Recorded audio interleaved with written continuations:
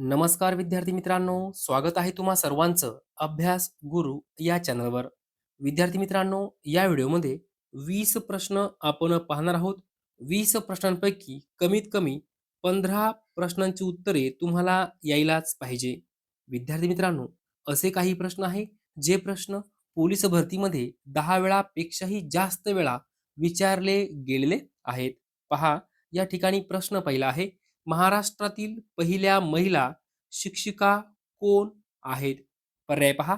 तुमच्यासाठी वेळ आहे 7 ते 8 सेकंद. महाराष्ट्रातील पहिल्या महिला शिक्षिका कोण आहेत? तर सावित्रीबाई फुले. सावित्रीबाई फुले. पुढील प्रश्न पहा. राष्ट्रीय विषाणू संशोधन संस्था कोठे आहे? हा प्रश्न 10 वेळापेक्षाही जास्त वेळा पोलीस भरतीमध्ये विचारला गेलेला आहे. राष्ट्रीय विषाणू संशोधन संस्था कोठे आहे? तर पुणे या ठिकाणी आहे. पुढे पहा. निर्भय प्रशासन हे पुस्तक कोणी लिहिले? निर्भय प्रशासन हे पुस्तक कोणी लिहिले? योग्य उत्तर आहे किरण बेदी. किरण बेदी. पुढील प्रश्न पहा. अलमारी हा शब्द कोणत्या भाषेतील आहे? अलमारी हा शब्द कोणत्या भाषेतील आहे? तर या ठिकाणी योग्य उत्तर आहे पोर्तुगीज. लक्षात ठेवा, अलमारी हा शब्द पोर्तुगीज भाषेतील आहे. पुढील प्रश्न पहा. मांजरा पठार हे कोणत्या भागात आहे? काय विचारलं आहे? मांजरा पठार हे कोणत्या भागात आहे? विद्यार्थी मित्रांनो, आपल्याला भागात आहे असं विचारलं आहे. योग्य उत्तर आहे मराठवाडा. लक्षात ठेवा, मांजरा पठार मराठवाडा या भागात आहे.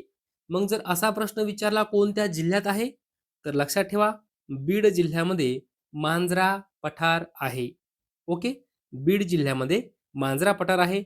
बीड जिल्हा मराठवाड्यात येतो. ओके, मग जर असा प्रश्न विचारला गेला की बीड जिल्ह्यात कोणत्या तालुक्यात मांजरा पठार आहे, तर पाटोदा. लक्षात घ्या, पाटोदा नावाचा तालुका आहे. पाटोदा नावाचा तालुका आहे बीड जिल्ह्यामध्ये. त्या ठिकाणी मांजरा पठार आहे. आणि या ठिकाणी आपल्याला काय विचारलं, कोणत्या भागात आहे, तर मराठवाडा. लक्षात ठेवा. चाटू या शब्दाला खालीलपैकी कोणता शब्द समानार्थी आहे? तर या ठिकाणी योग्य उत्तर आहे संतोष देणारे. संतोष देणारे. विद्यार्थी मित्रांनो, हा जो काही शब्द आहे चाटू, याला जर आपण दुसरा उकार दिला, दुसरा उकार दिला, याचा अर्थ लाकडी पळी असा होतो. आणि जर या टला जर आपण पहिला उकार दिला, तर त्याचा अर्थ संतोष देणारे असा होतो. लक्षात ठेवा, या ठिकाणी आपल्याला कन्फ्यूज होऊ शकतं. लाकडी पळी याला सुद्धा चाटू, चाटू असं म्हणतात. ओके, पण या ठिकाणी उकार कोणता आहे? दुसरा आहे. आणि संतोष देणारे म्हटलं तर टला उकार कोणता आहे? पहिला आहे. लक्षात घ्या.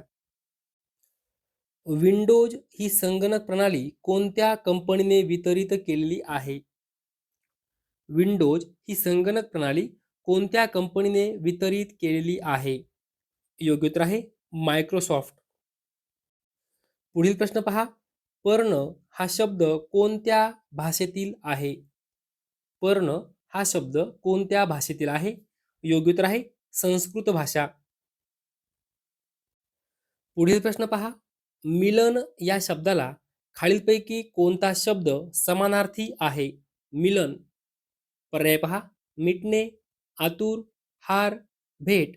विद्यार्थी मित्रांनो, या ठिकाणी मिटणे असाही अर्थ होतो आणि भेट असाही अर्थ होतो. मग योग्य उत्तर काय असणार आहे?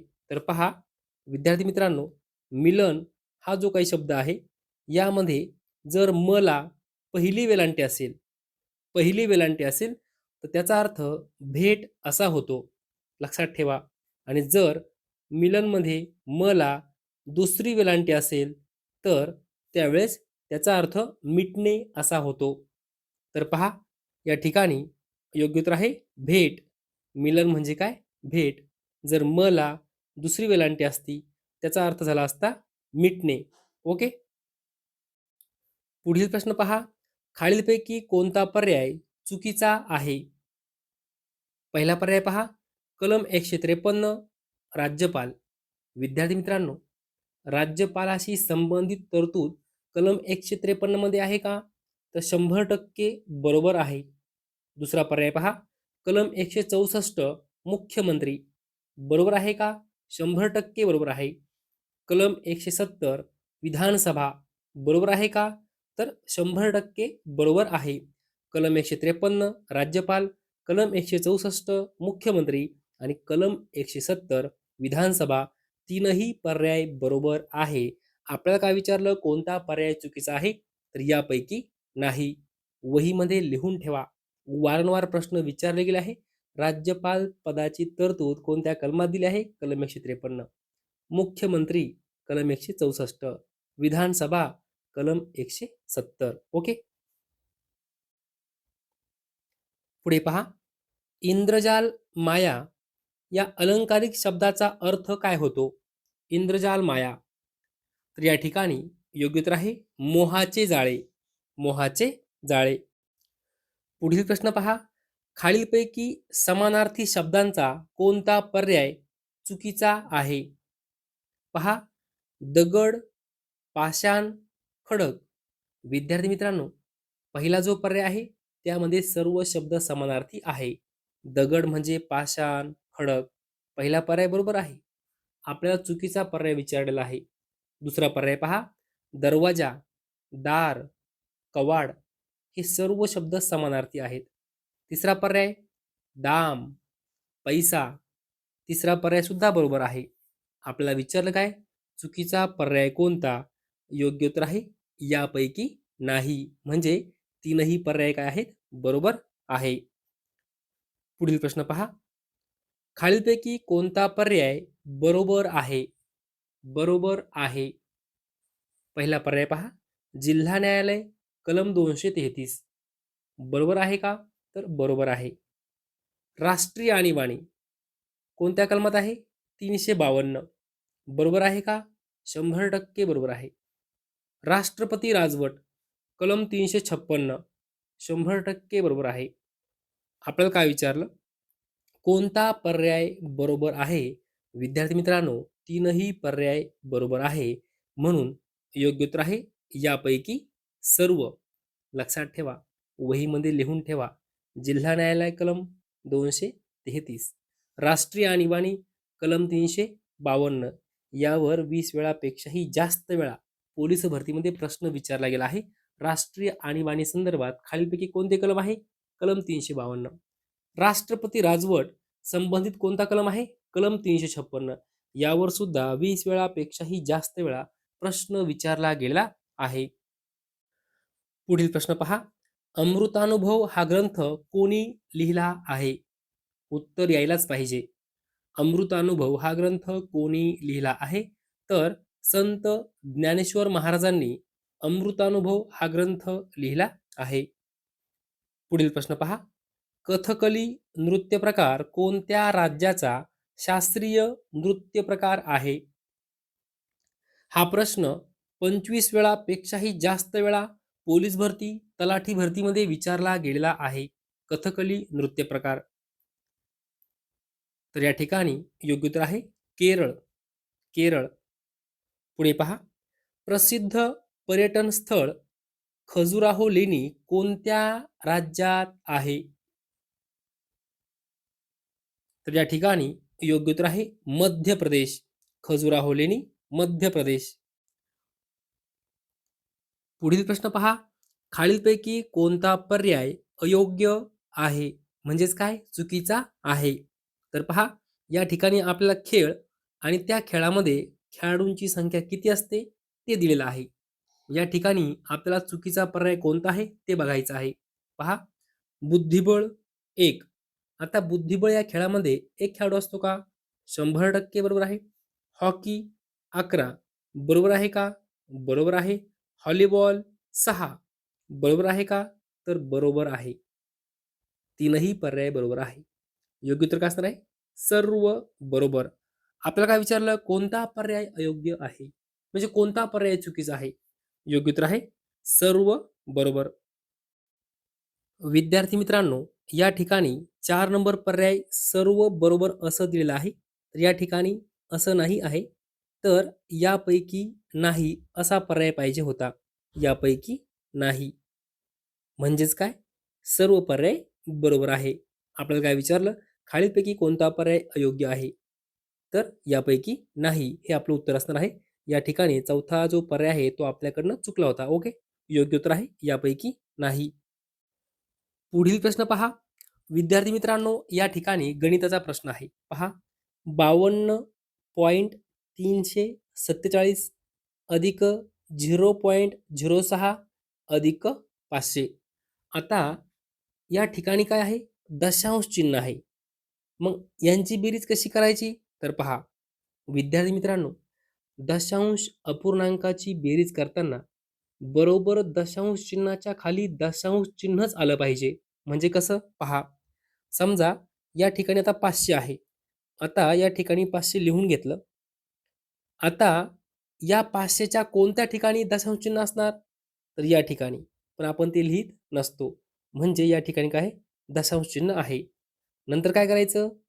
0.06 घ्यायचे. म्हणजे 0.06 फक्त दशांश चिन्हाच्या खाली दशांश चिन्ह आलं पाहिजे हे लक्षात ठेवा. नंतर पहा, 52.347 आणि अशा प्रकारे यांची काय करायची? बेरीज. आता या ठिकाणी काही नाही म्हणून 0 देऊन टाकायचे. 0 दिलेही नाही दिले तरी चालतं. आता पहा, 7 7, 6 आणि 4 10, हातच्याला 1, 3 1 4, पॉईंटच्या खाली पॉईंट, 2 2, 5 5 आणि 5 5. योग्य उत्तर काय आलं? 552.407. 552.407 हे झालं आपलं उत्तर. पुढील प्रश्न पहा.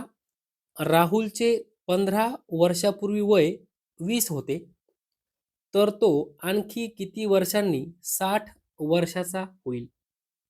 विद्यार्थी मित्रांनो, राहुलचे 15 वर्षापूर्वी वय किती होते? 20 होते. कधी? 15 वर्षापूर्वी. मग आत्ता किती असणार? तर त्यामध्ये आपल्याला 15 प्लस करावे लागणार. 20 आणि 15 किती झाले? 30, 35 झाले. म्हणजे आता वय किती आहे? 35. आता पुढे काय विचारलं? आणखी तो किती वर्षांनी 60 वर्षाचा होईल? आता 35 मध्ये किती मिळवल्यावर 60 भेटणार आपल्याला? तर 35 अधिक 25 जर केलं तर बरोबर आपल्याला 60 भेटतं. म्हणून योग्य उत्तर काय असणार आहे? 2 नंबर पर्याय. आणखी 25 वर्षांनी तो किती वर्ष होणार आहे? 60 वर्षाचा होणार आहे. योग्य उत्तर आहे 2 नंबर पर्याय. पुढील प्रश्न पहा. 1200चे 12% बरोबर 400चे किती टक्के? विद्यार्थी मित्रांनो, 1200चे 12% म्हणजे काय? तर 1200चे म्हणजे काय? गुणाकार. 12 काय? टक्के. टक्के म्हणजेच काय? भागिले 100. मग 400चे किती? आता पहिले आपण हे काढून घेऊ. 1200चे 12% किती? तर पहा, हे 2 शून्य गेले, हे 2 शून्य गेले. 12 गुणिले 12 किती झाले? 144. आता हे जे काही 144 आहे, हे 400चे किती टक्के आहे ते आपल्याला काढायचं आहे. मग आता आपण कसं करणार? तर पहा, हे जे काही 400 आहे, 400चे किती टक्के म्हणजे 144 आहे. आता पुढे सोडवा. 144 100 भागिले इकडे गुणिले होणार, गुणिले 100 भागिले 400. पहा, हे 2 शून्य गेले, हे 2 शून्य गेले. आता 4 दुने 8, 4 त्रिक 12, इथं उरले किती? 2. 4 दुने 8, 4 त्रिक 12, 4 चोक 16, 4 पंच 20, 4 सक 24. उत्तर किती आलं? 36. म्हणून या ठिकाणी योग्य उत्तर आहे 36. लक्षात ठेवा, 1200चे 12% काढले ते झाले 144 आणि हे 144 400चे किती टक्के आहे ते आपण काढलं, तर 400चे 36% बरोबर 144. पुढील प्रश्न पहा. 2.24 अधिक 3.1 अधिक 0.225 बरोबर किती? विद्यार्थी मित्रांनो, बेरीज करताना बरोबर पॉईंट खाली पॉईंट आला पाहिजे. ते दशांश चिन्ह आहे. काय आहे? दशांश चिन्ह. बरोबर दशांश चिन्हाच्या खाली दशांश चिन्हच आलं पाहिजे. तर पहा, या ठिकाणी 2.24 अधिक 3.1 अधिक 0.200 किती? 25 असं व्यवस्थित लिहून घ्यायचं. आता या ठिकाणी काय करायचं आहे? शून्य देऊन टाकायचे. या शून्याला काहीही किंमत नसते. ओके, शून्य आपण लिहिले. आता सोडवा. 5 5, 4 आणि 2 6, 2 आणि 1 3, 4 5. दशांश चिन्हाच्या खाली दशांश चिन्ह, 3 आणि 2 5. योग्य उत्तर आलं 5.565. पहा, 4 नंबर पर्याय आहे 5.565. ओके. विद्यार्थी मित्रांनो, अशा प्रकारे या व्हिडिओमध्ये जे काही प्रश्न पोलीस भरतीमध्ये विचारले गेलेले आहेत, असे काही प्रश्न पाहिले आणि काही प्रश्न पोलीस भरतीमध्ये येऊ शकतात, असे काही प्रश्न पाहिले. जर तुम्हाला हा व्हिडिओ आवडला असेल तर नक्की लाईक करा, शेअर करा, सबस्क्राईब करा. धन्यवाद.